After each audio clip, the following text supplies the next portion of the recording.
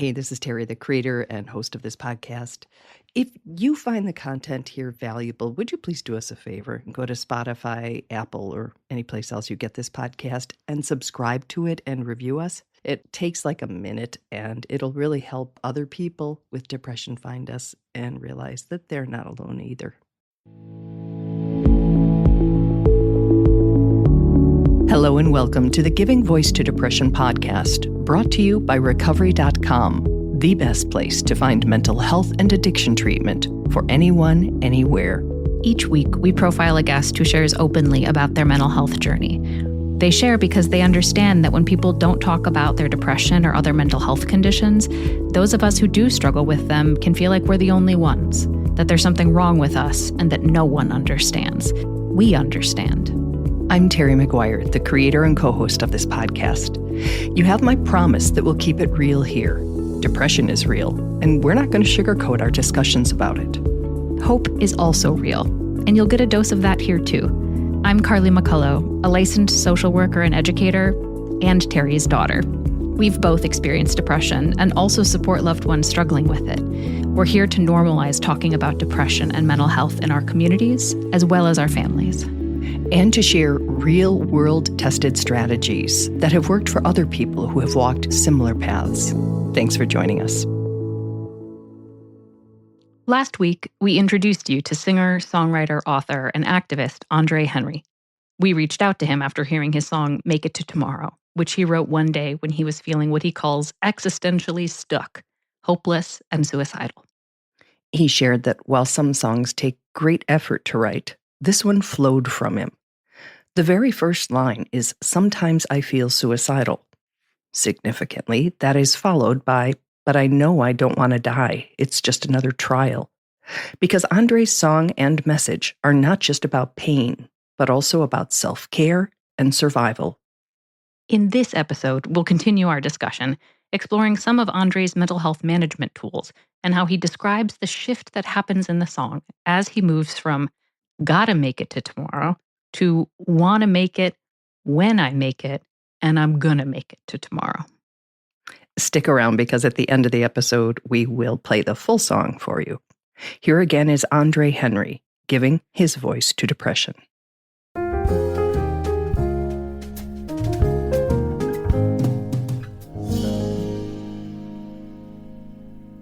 Andre is very familiar with the big feelings that many of us with depression experience. You know, there have been seasons where it's been paralyzing, but music has been so helpful for me in not just in improving my mood, but helping me to process what I'm feeling, you know, and helping me to connect with others who understand the experience that I've had. In Make It to Tomorrow, Andre connects over not only feelings of despair, but also about not being ashamed of those feelings or of saying, "I'm not okay." The song acknowledges all those things, and also the profound, determined belief that he could and would get through that dark day, as he has survived others when he felt stuck and hopeless. Here's the second verse of his song, where Andre acknowledges he wants to make it to tomorrow, and that he's going to have to use the tools he knows work to protect and shift him from the depths of depression's pit. Listen for the line where he declares that this depression won't take him out. Listen now, I'm about to go outside, get a little bit of sunlight into my skin. About to take a jog for the endorphins, it's a sure thing. No, this depression won't take me out. About to make a call to my closest friend, get a laugh and hug myself in the mirror for a minute. I'm trying, you know, 'cause I wanna make it to tomorrow. This is like my safety plan that I'm going through in my in my second verse. Yeah. My former therapist, her whole approach with me was to resource me. And I really appreciated that. She was very practical, I should say. Like, she taught me different exercises that I could use. And we talked about what happens in my body when I'm having like these big, difficult emotions to manage. And even I remember one time she was talking about just temperature, like your temperature rises. She was like, you could literally just go open the freezer and get a pack of frozen vegetables out of there, put it on your face. That second verse is probably like what makes the song manageable, first off, is, is that there is this section where it's not hopeless, right? And it brings agency back to me in the song, but hopefully the people who listen and love it, that it brings agency to them as well. Andre says his two go-to mental health management tools at the moment are the self-hugs he sang about and breathing exercises. The long exhale has been one that I've been using for several years now because it's so, you can do it anywhere. Tell me about the hug for yourself, giving yourself some love. So the way that my therapist taught me was to like hook one arm under my armpit and then cross the other to my other shoulder. And it feels very secure. Like as soon as I'm doing it now for people who are listening, and I'm doing it right now. And it genuinely does feel like really snug in there. And then when I breathe in, it gets a little tighter, right? When I inhale deep into my ribs, it gets a little tighter. Mm-hmm. And then I just go ahead and I bear hug myself. And this is really helpful for me in particular, someone who has struggled with a lot of like shame and self-loathing. Connected to the self-hug is self-compassion. Andre cites psychologist Rick Hanson's work in the area. He leads you through this exercise where you think of a time when you were compassionate to someone and try to remember what that feels like in your body. And then eventually in the meditation, he asks you to turn that feeling toward yourself. And myself as an activist, there have been plenty of times where I've been compassionate to other people.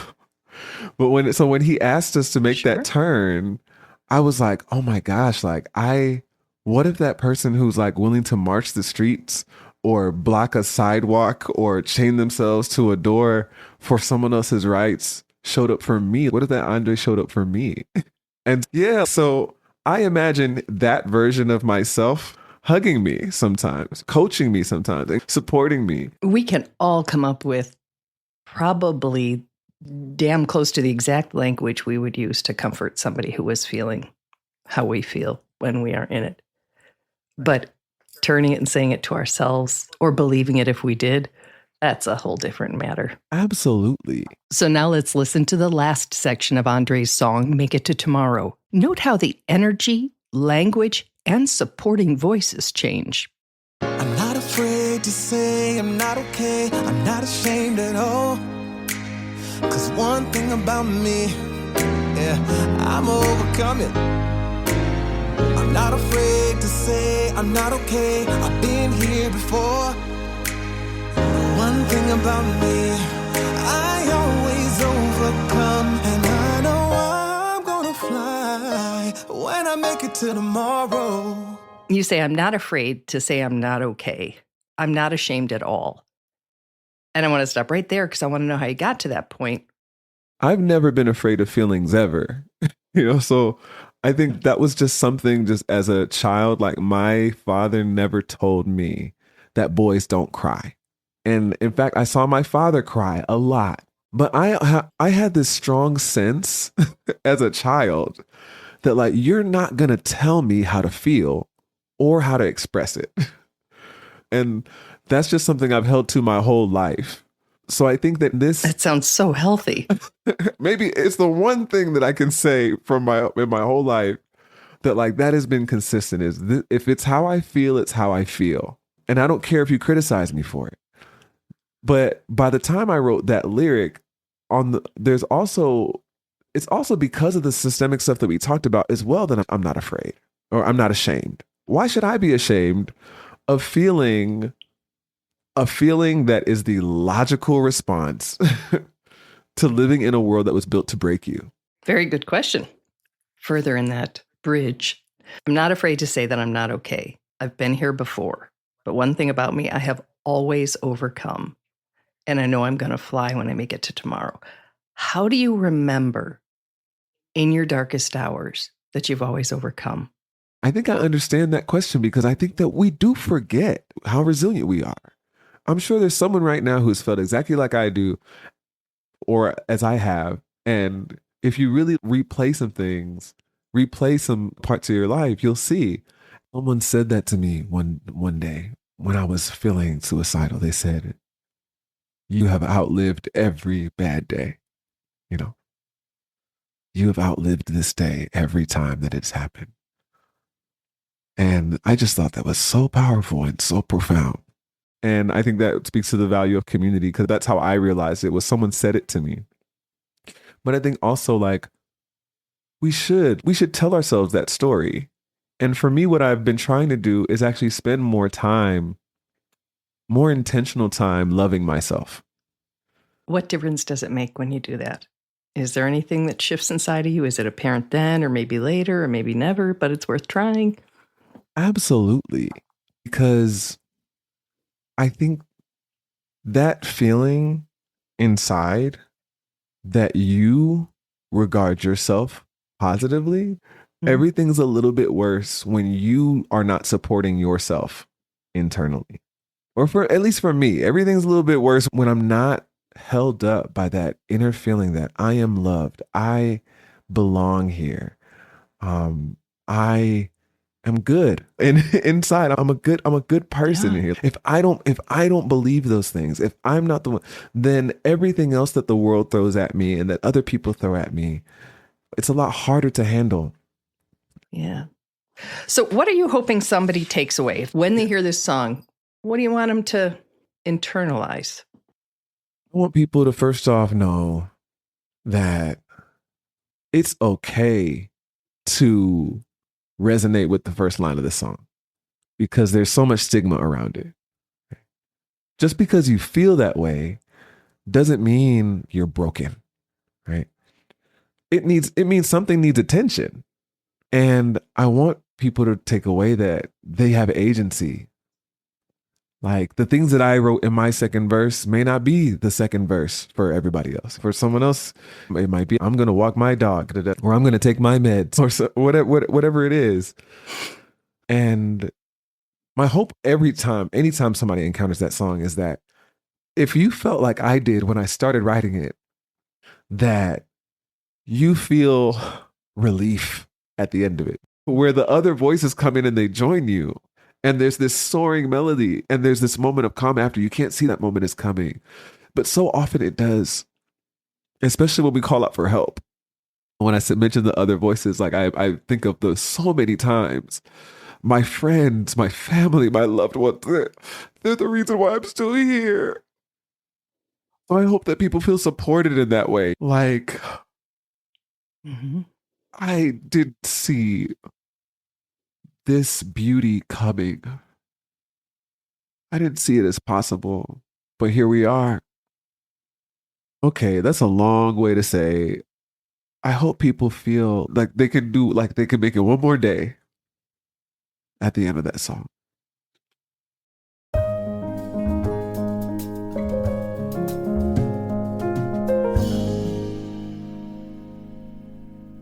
Carly, I had to end with that because the idea that we don't see the moment coming, the moment of relief, the moment of having some light come back in through those cracks, but that it often does, especially when we call out for help. And I think that's such an important message. And I know how hard it is to ask for help when you don't think you deserve it, or that anybody cares, or the rest of it. But if and when we can, it can often make a difference. And he let us hear that change when he brought in a chorus at the end of the song. And all of a sudden there were other forces and other voices. And I really, really appreciated that.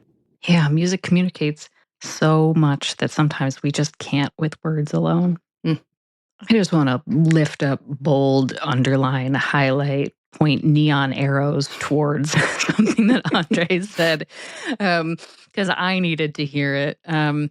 He reminds us that when we feel this way, it doesn't mean that we're broken. It means that something needs attention. So good. So important. It means something needs attention. And just think of how different that is to go from there's something wrong with me, there's something wrong with me, to something in me needs attention. And it requires care, and it's a whole different energy to it.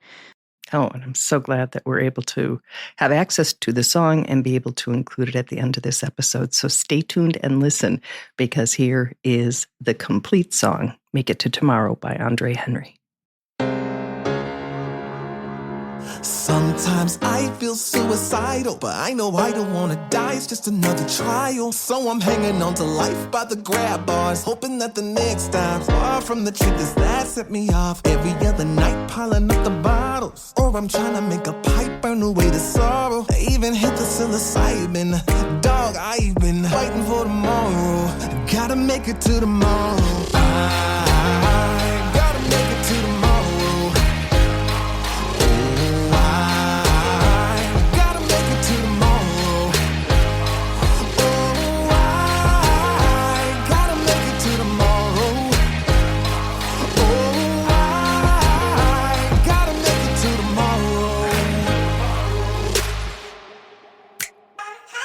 Listen now, I'm about to go outside, get a little bit of sunlight into my skin. About to take a jog for the endorphins, it's a sure thing. I know this depression won't take me out. About to make a call to my closest friend, get a laugh and hug myself in the mirror for a minute. I'm trying, you know, cause I wanna make it to tomorrow.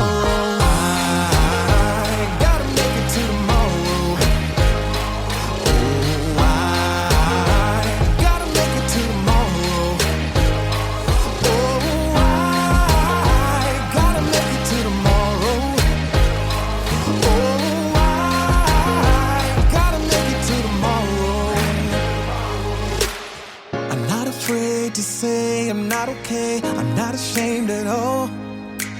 Cause one thing about me, yeah, I'm overcoming.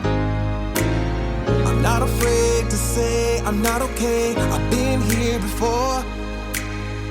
One thing about me, I always overcome. And I know I'm gonna fly when I make it to tomorrow. When I make it to tomorrow. To tomorrow. Oh, I gotta make it to tomorrow. Oh, I gotta make it to tomorrow. Oh, I gotta make it to tomorrow. Oh, one day at a time, I'ma make it to tomorrow.